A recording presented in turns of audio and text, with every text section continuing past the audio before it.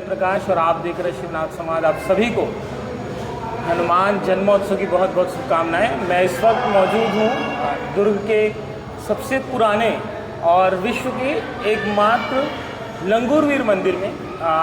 बताया जाता है कि पुराने जो यहाँ के नागरिक हैं उनके द्वारा बताया जा रहा है कि छत्तीसगढ़ नहीं, दुर्ग भिलाई नहीं, पूरे विश्व का एकमात्र लंगूरवीर मंदिर है, जहाँ पर मैं मौजूद हूँ। हमारे साथ जो है डॉक्टर साहब हैं, दीक्षित डॉक्टर साहब हैं। उनसे हम जानेंगे कि यहाँ का इतिहास कैसा रहा है, क्या कुछ रहा है, कैसे यहाँ के जो लंगूरवीर मंदिर है उनकी यहाँ पे उत्पत्ति हुई है, कैसे जो है हनुमान जी यहाँ पे प्रकट हुए हैं। लंगूरवीर भगवान जो है हनुमान जी वो प्रकट हुए, सारा कुछ जो है इनसे जानेंगे। इनके यहाँ के इतिहास के बारे में जानेंगे दुर्ग कैसा था और कैसे जो है मंदिर की उत्पत्ति हुई, कैसा मंदिर बना और कैसे पहचान हुई कि पूरे विश्व में एकमात्र जो है लंगूरवीर मंदिर जो है दुर्ग में है। डॉक्टर साहब आपका बहुत बहुत स्वागत है। जय हनुमान। जय हनुमान। जय लंगूरवीर। जय लंगूरवीर। विश्व का पहला, मतलब देश का पहला लंगूरवीर मंदिर है। कैसे पहचान हुई? ये हमारे विश्व में दो ही मंदिर हैं लंगूरवीर के। एक है ये हमारा दुर्ग सरीखे बाजार में लंगूरवीर का मंदिर, और दूसरा है नेपाल के पशुपतिनाथ में। इसे देवी का परम भक्त बोला जाता है। जैसे देवियों के एक जो गीत होते हैं, जो जस गीत होते हैं, उसमें जय दुभार मही अकुलानी लंगूरवीर चला तरवानी। जिस देवी के चलने से पूरी पृथ्वी कांपती है, उस देवी के सवारी के अगवानी करने वाले भगवान लंगूरवीर होते हैं। इन्हें हनुमान जी का बाल रूप भी माना जाता है। जब यहाँ पे काफ़ी पुरानी जो हमारे रिकॉर्ड में जो है कि ये पूरी मुरम की खदान थी। अच्छा। जब खदान की खुदाई की जा रही थी तो उसमें लंगूरवीर की प्रतिमा निकली। खुदाई में उसका जड़ नहीं मिल रही थी, काफ़ी खोदते गए, लेकिन उसका जब नींव नहीं मिल रही थी तो उसको यथा स्थिति में छोड़ दिए, और यथा स्थिति में छोड़ के यहाँ छोटे से मंदिर का उस समय निर्माण हुआ। समय के आधार जो बदलता है कालांतर में कि ये ज़मीन की 1 एकड़ 32 डिसमिल ज़मीन उस समय जो मराठा शासन था उन्होंने ज़मीन के लिए जो सुरक्षित रखा था, और ये काफ़ी कीमती ज़मीन को देख के समय के आधार पे भूमाफियाओं की लोगों की निगाह में लग गई। मंदिर के गरिमा को कम करने के लिए एक बार मूर्ति को यहाँ पे विखंडित किया गया। जो रिकॉर्ड में लिखा है, एक बार मूर्ति को विखंडित किया गया। उस मूर्ति को यहाँ के श्रद्धालुजनों ने प्रयागराज में ले जाकर ठंडा किया और उसकी जगह में दूसरी मूर्ति की स्थापना की। अच्छा। फिर ये मंदिर जब धीरे धीरे जब अतिक्रमण यहाँ बढ़ते गए, मंदिर का इतिहास नष्ट होता गया, लोग मंदिर के बारे में जानना कम कर दिए।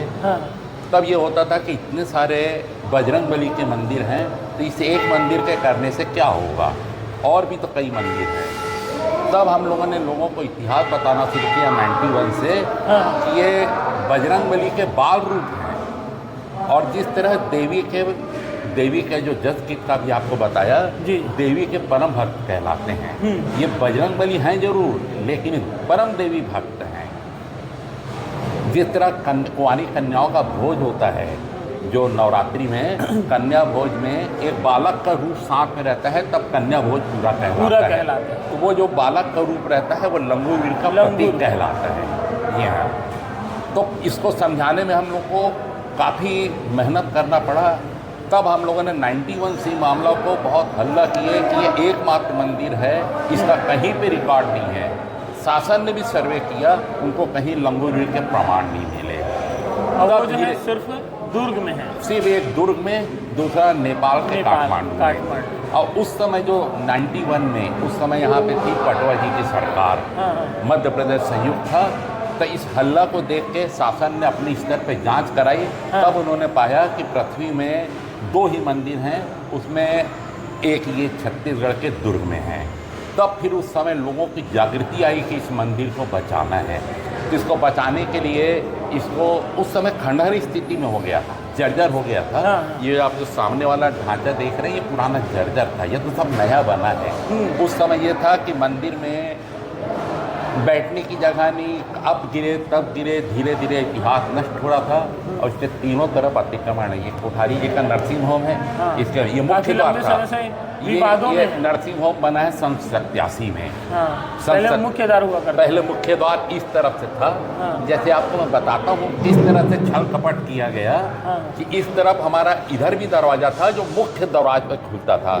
पीछे का जो दरवाजा था इसमें हमारा पूरा सनिकरी बाजार ऐतिहासिक 150-200 साल से सनिकरी बाजार जो रिकॉर्ड में लिखा हुआ है।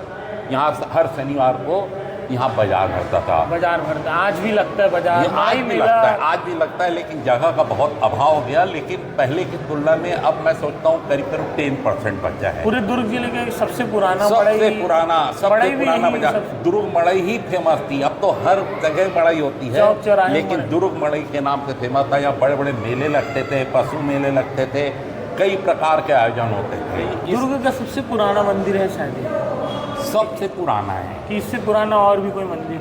देखिए, सबसे पुराना ये है। आसपास के 2-3 मंदिर और पुराने, जैसे चंडी मंदिर को बोलते हैं, लेकिन चंडी मंदिर से पहले वाला मंदिर ये है। उसके और जब बाजू में जो मठ दुर्ग कस्बा था, जब दुर्ग छोटा सा गांव था, तब एक बजरंगबली का मंदिर आपने देखे हैं, वो जवाहर चौक में जो है। अच्छा, श्रीवास्तव जी के घर के श्रीवास्तव जी घर पेड़ से झुका हुआ, उसका सबसे पहला जीर्णोद्धार मैंने किया।